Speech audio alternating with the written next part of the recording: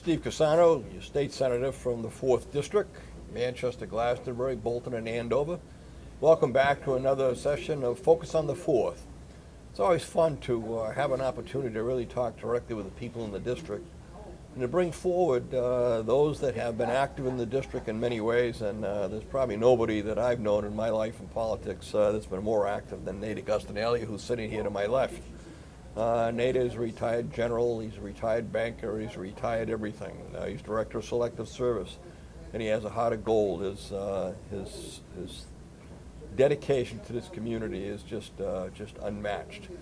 And that's why we're here today. We're here today on a very special occasion to recognize Connecticut veterans with a wartime service medal. In 2005, the legislature passed a law to recognize those that have served in the past, because quite honestly, too many times we've forgotten what they have done over that period of time. We have over 100 today that will receive this award, many going back to World War II, Korean War, Vietnam War, many posthumously, whose families wanted them to receive it.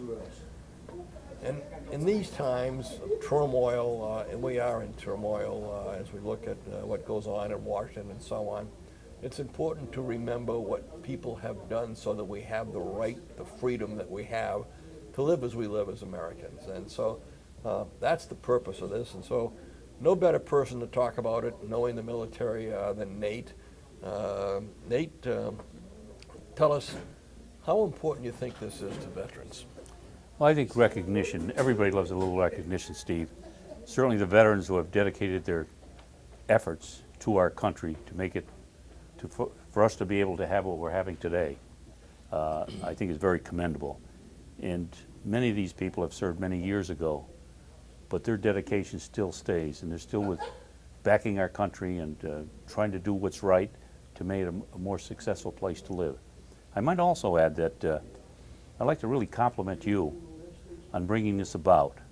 Steve Cassano is probably one of the harder working individuals in politics that I've met. I've always tried to work closely with Steve, and he is a hard worker. And we thank you. I think I'm thanking you on behalf of everybody, Steve, Thanks, for making this day possible and being able to get this prestigious award. And it is prestigious. Anytime you get recognition from your government, and in this case the state of Connecticut, I think it's a good day. Thanks. Thank you, Nate. I appreciate that very much. I find it interesting. We've had the opportunity over the last few weeks to talk with many of the veterans, many going back to World War II. It's interesting that many of them, their wives will be here today. They have forgotten. I mean, it's just something that they did in their life, and life went on, and they don't want to go back into the memories of the war itself, but they do want to remember what it stood for. And it's really fascinating to hear some of the conversations from some of those vets. And the differences from those that came out of World War II and even the Korean War as to the differences from those who came out of the Vietnam War in America's reception for those veterans, which was obviously dramatically different.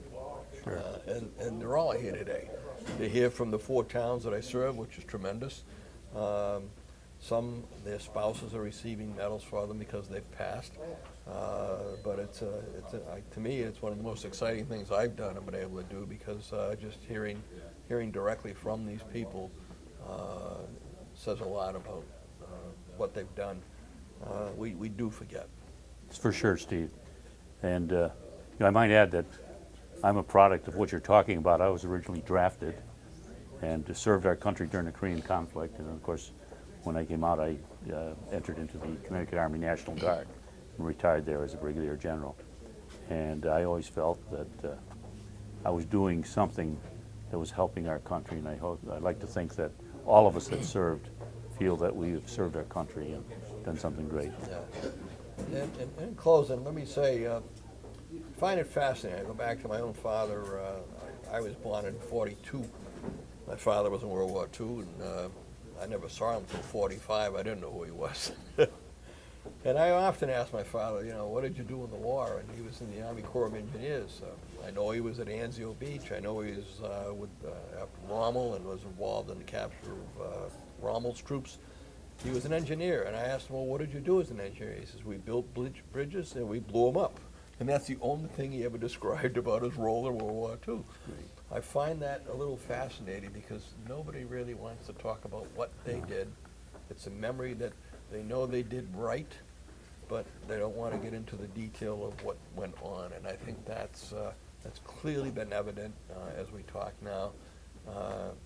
They recognize and appreciate a thank you, but they don't want to get into the detail of those wars. Talking about fathers, and I'll give you a quick story on my father. My father came here just at the start of World War I, came from Italy, and he said to himself, well, if I'm going to live in this country, I'll fight for it. So he joined the Army and took his basic training, and they sent him right over to France. And he's serving in the trenches over in France, and the company commander came around and he said, who's not an American citizen? Of course, my father raised his hand. And you still can join the Army and not be an American citizen, by the way. And he says, who wants to be an American citizen? My father raised his hand. And that's why he got his citizenship, in the trenches in France. Wow. And he fought all through France, and he was with the Army of Occupation in Germany. Then he was in a veterans hospital for 2 years after that. But he was quite a contributor to our country, and he instilled that in me. Well, I can tell you, one of my most emotional moments, Nate and I and Sonny D'Amato, who we just lost recently, took a trip to Italy, went to Maiano Sabino, where Nate was from, where my wife's family was from, and so on. And we went and we looked at the memorial stone for World War II. It was like reading Manchester Store. 25 families came from Maiano Sabino here. And every name on that stone, we knew people in this town that were descendants of those families or parts of those families. So it's when you see those kinds of things, you recognize how significant it is to be able to open up America as we did, and that was a true example of that. Well, I'll take a break here. We're going to talk a little about another thing very relative to this. We are at the Army-Navy Club today, and we're just able to earn a grant to do major renovations here. And Nate, again, is on that committee with me. And we're going to be doing some significant changes for the club. It is one of two of its kind in the United States as an Army-Navy club, and has tremendous use in the community. So we'll take a break and come back in a few minutes and talk about the Army-Navy Club. Thanks.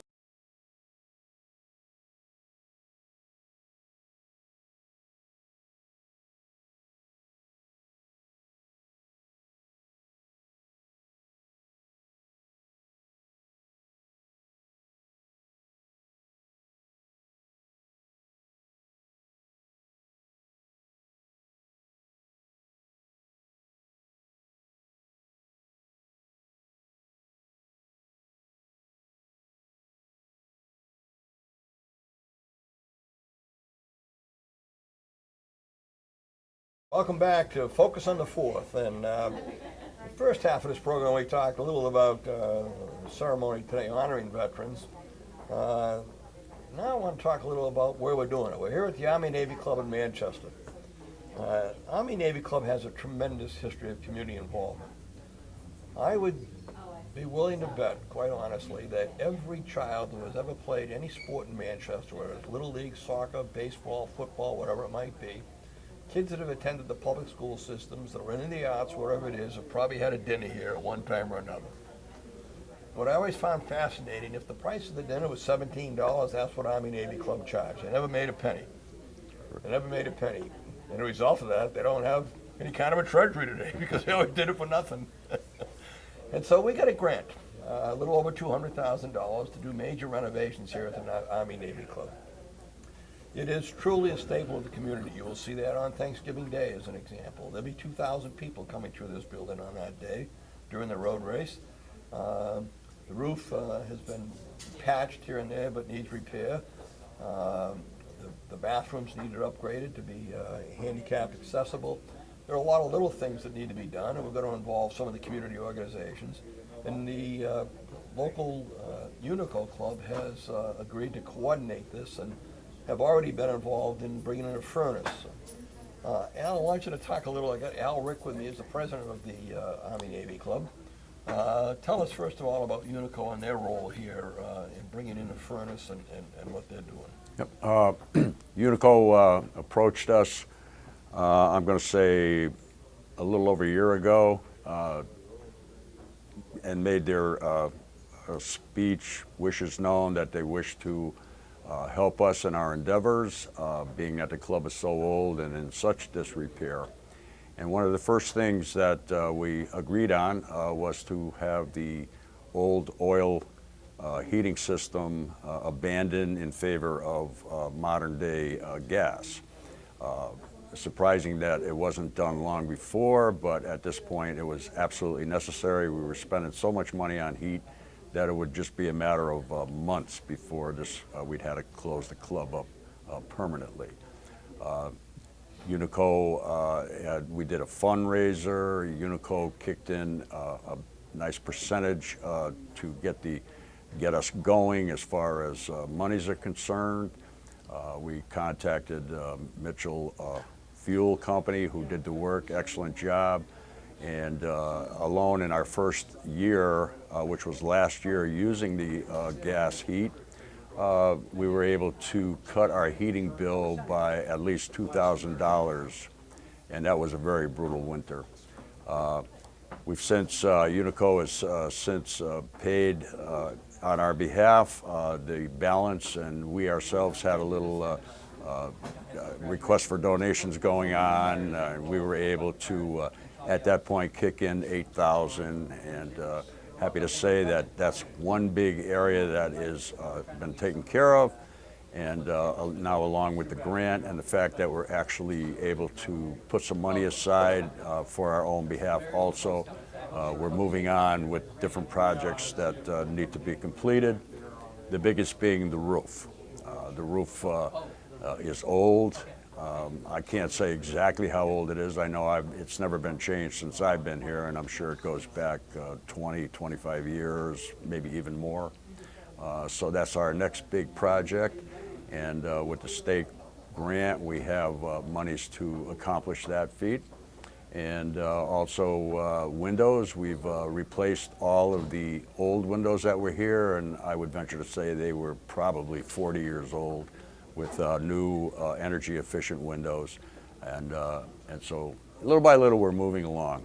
Getting the roof fixed is mandatory because we want to do a lot of interior work also.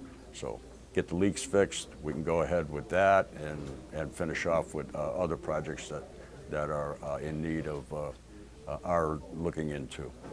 And I'm glad you mentioned the windows. I think there was a $10,000 grant as an example from the Manchester Roadways Committee. So the entire community is stepping up, and there'll be more to do, and they will be involved. As you see around here, the chairs are, we have about 400 chairs for events here. They're all metal chairs that are probably 30 or 40 years old.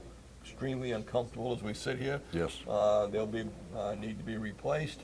The ceiling tiles have shown their wear and tear because of the leaks in the roof. We could be real dramatic and go back in the corner because it's pouring out right now, so you know that leak is coming right through. The bathrooms will be handicap accessible for the first time. So contractors are working with us. Nobody is going to approach this job with an intention of making money, but they're very simply covering costs. And that's the purpose of the grant, to get us the materials and so on. And we expect that many of the contractors, in fact, will donate their services and help us, as well as some of the service clubs, inside painting and things like that, replacing the ceiling tiles. We'll do that on a volunteer basis and work with Army Navy to make this happen. It is an institution in Manchester, and so everybody has stepped forward to make it work. Just as an aside, an institution indeed, founded in 1919. Within the next 3.5 years, we'll be celebrating our 100th anniversary, and I'm sure everything will be done by then, and I guess we're going to have one heck of a party. You bet. We will celebrate. We'll be done before that, too, I can tell you that. Absolutely.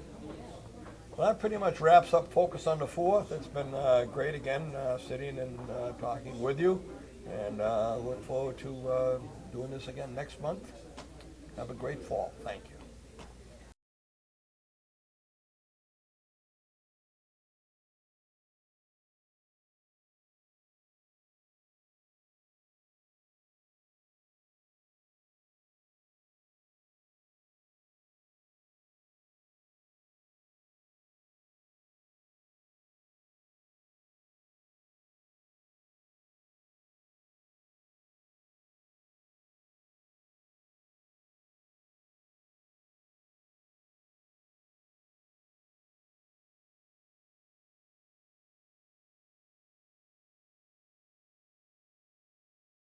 As our military missions in Iraq and Afghanistan wind down, members of the armed forces are returning home and readjusting to civilian life in ever greater numbers.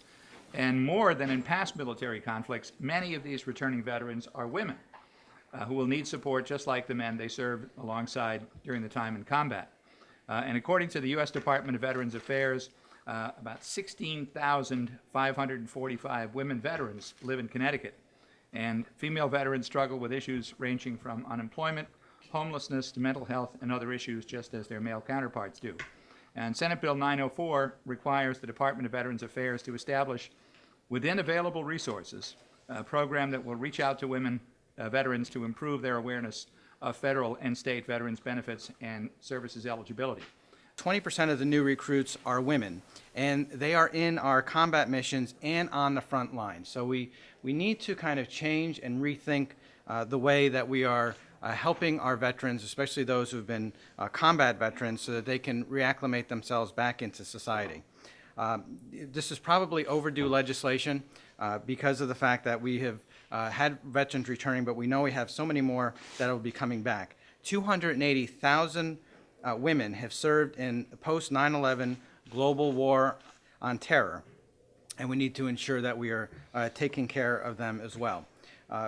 Post 9/11 women veterans have higher rates of unemployment.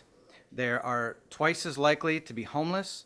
And according to the U.S. Department of Veterans Affairs, 16,545 women veterans live in Connecticut. Female veterans struggle with issues ranging from unemployment, homelessness, mental health, and other issues. The fastest growing segment of the veteran community are women veterans. And women veterans are much more likely to be of working age compared to male veterans. 84% of female veterans are between the ages of 18 and 64.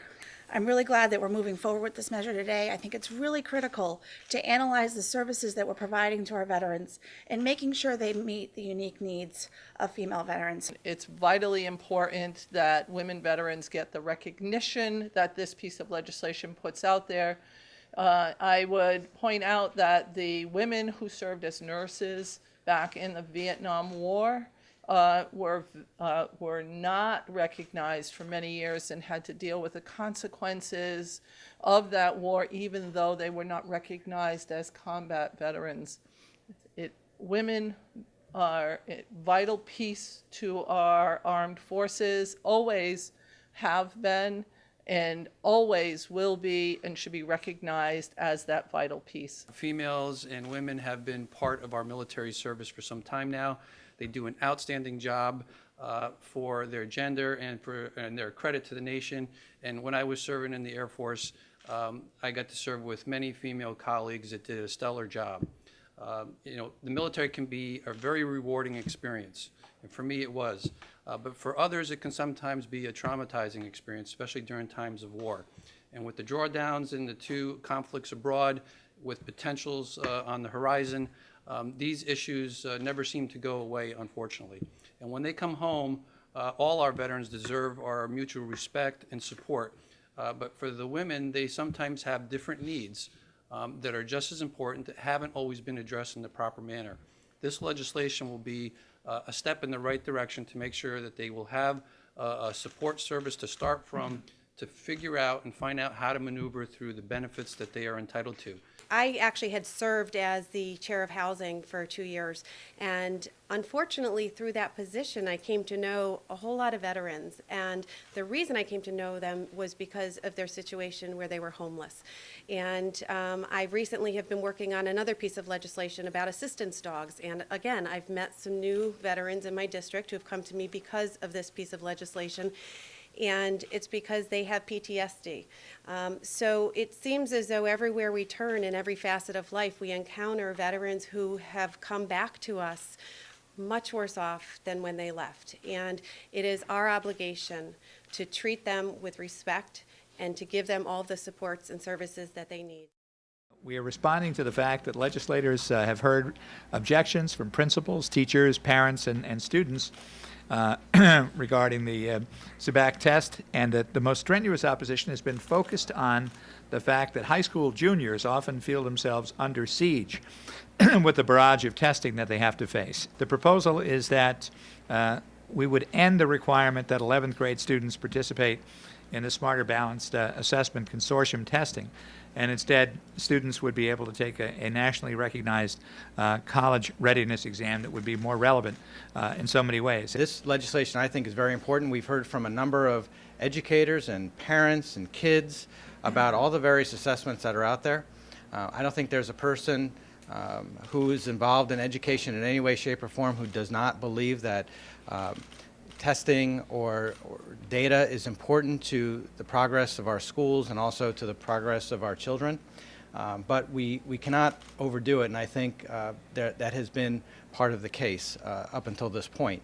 So I think that we're taking a very strong stand today in saying that we're replacing the SBACs with an SAT, and so that kids don't have to then take additional tests and stress themselves out even more. I am really excited to be standing here today with my co-chair, Representative Fleischman, and my ranking member, Senator Boucher, and I know we also have the support from the House Republican ranking members, Representative LaVielle, to announce a bicameral, bipartisan piece of legislation that will change testing for 11th graders.